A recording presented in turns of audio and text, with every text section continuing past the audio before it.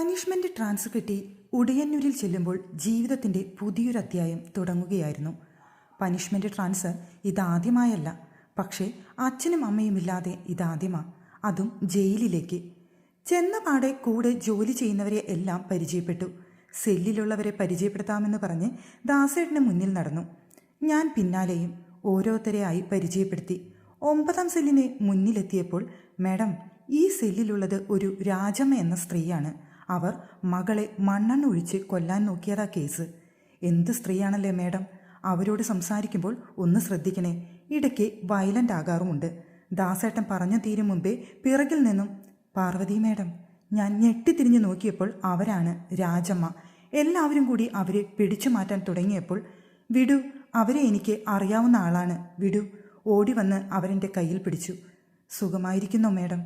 സുഖം, നിങ്ങൾക്കോ? എന്നവർ തലയാട്ടി. പിന്നീട് എനിക്കും അവർക്കും ഒന്നും പരസ്പരം ചോദിക്കാനുണ്ടായിരുന്നില്ല. പണ്ട് ഞാൻ ആലിങ്കരയിൽ ജോലി ചെയ്യുന്ന സമയം ഡൽഹിയിൽ ഒരു ദന്ത ഡോക്ടറെ റേപ്പ് ചെയ്ത് കത്തിച്ചു. അതിനെ രാജ്യത്ത് എല്ലായിടത്തും പ്രതിഷേധമുണ്ടായപ്പോൾ അവിടെ സ്റ്റേഷന് മുന്നിലും ഒരു അമ്മയും മകളും സത്യാഗ്രഹം നടത്തി. അതങ്ങനെ കുറേ നാൾ നീണ്ടുനിന്നു. രാവിലെ വന്ന് വൈകിട്ട് തിരിച്ചു പോവുകയും ചെയ്യും. ആദ്യം ഞങ്ങൾ പോലീസുകാർ അതത്ര കാര്യമാക്കിയില്ല. പക്ഷെ പിന്നീട് ഒരു ദിവസം രാവിലെ അവരെത്തിയത് SIയെ കാണണമെന്ന് പറഞ്ഞായിരുന്നു. ഇവിടില്ല, എത്തുമ്പോൾ പറയാമെന്ന് പറഞ്ഞു. പക്ഷേ അന്നെന്തോ അത്യാവശ്യ കേസ് വന്നതുകൊണ്ട് ഞങ്ങളെല്ലാം അത് മറന്നുപോയിരുന്നു. വൈകിട്ടോടെ ആ സ്ത്രീ തൻ്റെ മകളുടെ തലയിൽ കൂടെ പെട്രോൾ ഒഴിച്ച് കത്തിക്കാൻ ശ്രമിച്ചു.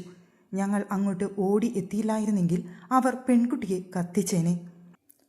മാധ്യമങ്ങളെല്ലാം റിപ്പോർട്ട് ചെയ്ത ആ കേസിൽ ജനങ്ങൾ ഒന്നടങ്കം ആ അമ്മയെ കുറ്റപ്പെടുത്തി.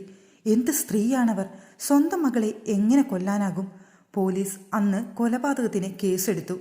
ഞാൻ പിറ്റേന്ന് സ്റ്റേഷനിൽ എത്തിയപ്പോൾ അവർ അധികം വെളിച്ചമില്ലാത്ത ഒരു മുറിയിൽ ഇരിക്കുകയായിരുന്നു.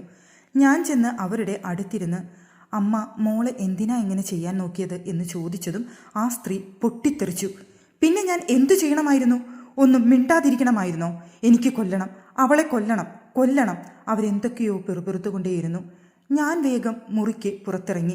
പിന്നീട് ഞാൻ ചെല്ലുമ്പോൾ അവർ കരയുകയായിരുന്നു. എന്നെ കണ്ടപ്പോൾ കണ്ണൊക്കെ തുടച്ചു. അവർ എന്നെ നോക്കി ഒന്ന് ചിരിച്ചു. എൻ്റെ വിശേഷങ്ങളൊക്കെ ചോദിച്ചു. അവരെ ശാന്തമാക്കാൻ ഞാൻ എല്ലാത്തിനും മറുപടി പറഞ്ഞു. പിന്നീട് അവർ പറയാൻ തുടങ്ങി, ഒരു വൃത്തികെട്ട മൃഗമുണ്ട്, മനുഷ്യനല്ല, അവൻ മൃഗം തന്നെയാണ്. അവൻ്റെ മുന്നിൽ കാണുന്ന പെൺകുട്ടികളെല്ലാം അവൻ ഉപയോഗിക്കും. ആരെയും പേടിയില്ല. ആരെങ്കിലും അവനെതിരെ പരാതിപ്പെട്ടാൽ അതൊക്കെ അവൻ ഇല്ലാതാക്കും. പിന്നീട് അവരുടെ വീട്ടിലെ പെണ്ണുങ്ങളെയെല്ലാം അവൻ ഉപയോഗിക്കും. പോലീസും അവൻ്റെ ആൾക്കാരാണ്. ഒരിക്കൽ എൻ്റെ മകൾക്ക് നേരെയും അവൻ കൈ ഉയർത്തി. അവനെതിരെ ഒന്നും ചെയ്യാൻ എനിക്കായില്ല. പ്രതികരിക്കാൻ എനിക്കാരുമില്ല. എൻ്റെ മകളെ കൊല്ലുകയല്ലാതെ മറ്റെന്താണ് ഞാൻ ചെയ്യേണ്ടത്? വിതുമ്പിക്കൊണ്ട് അവർ ചോദിച്ചു. കണ്ണുകൾ തുടച്ചുകൊണ്ട് അവർ തുടർന്നു. നാട്ടിൽ സ്ത്രീകൾക്ക് നേരെ അതിക്രമങ്ങൾ നടക്കുമ്പോൾ മാധ്യമങ്ങൾ കുറച്ചൊക്കെ അതിൻ്റെ പുറകെ പോകും. അത് കഴിഞ്ഞാൽ എല്ലാവരും അത് മറക്കും. എല്ലാവരും പീഡിപ്പിച്ച ആളിൻ്റെ മനുഷ്യാവകാശത്തെപ്പറ്റി മാത്രമാണ് പിന്നീട് സംസാരിക്കുക. എന്നാൽ അവൻ പീഡിപ്പിച്ച പെൺകുട്ടിക്കുമുണ്ടായിരുന്നു ഈ ലോകത്ത് ജീവിക്കുവാനും അവളുടെ ശരീരത്തെ സൂക്ഷിക്കാനുള്ള അവകാശം. അതാരും കാണാറില്ല. എന്നാണ് ഇവിടുത്തെ ഈ നിയമങ്ങൾ ഒന്ന് മാറുക? അതുവരെ ഞാൻ എൻ്റെ മകളെ എന്ത് ചെയ്യും? കൊല്ലുകയല്ലാതെ. എനിക്ക് അവരോടൊന്നും പറയാനുണ്ടായിരുന്നില്ല. ഞാൻ അവർക്ക് മുന്നിൽ തല കുനിച്ചു നിന്നു. മോളെ, പണ്ട് നമ്മുടെ നാട്ടിൽ പെൺകുട്ടികൾ ഉണ്ടായാൽ സ്ത്രീധനം കൊടുക്കേണ്ടതിൻ്റെ പേരിൽ അച്ഛനമ്മമാർ അവരെ കൊന്നുകളയുമായിരുന്നു. എന്നാൽ ഇന്നും അത് തന്നെയാണ് നടക്കുന്നത്. പക്ഷേ കാരണം മറ്റൊന്നാണെന്ന് മാത്രം. പെൺജന്മം, അത് വല്ലാത്ത ശാപം തന്നെയാണ്. ഞാൻ അണിഞ്ഞ യൂണിഫോമിനോട് അന്നാദ്യമായി എനിക്ക് വെറുപ്പ് തോന്നി. പോലീസായിട്ടും ഇതിനൊക്കെ എതിരെ എനിക്കൊന്നും ചെയ്യാൻ കഴിയുന്നില്ലല്ലോ എന്നോർത്ത് ദേഷ്യവും വെറുപ്പും ഒക്കെ തോന്നിയിരുന്നു. പിന്നീട് എൻ്റെ മുന്നിൽ വന്ന കേസുകളിൽ ഞാൻ കണ്ണടച്ചിട്ടില്ല. അതുകൊണ്ട് തന്നെ എൻ്റെ കരിയറിൽ ഇത് എത്രാമത്തെ പനിഷ്മെന്റ് ട്രാൻസ്ഫർ ആണെന്ന് എനിക്ക് ഓർമ്മയില്ല.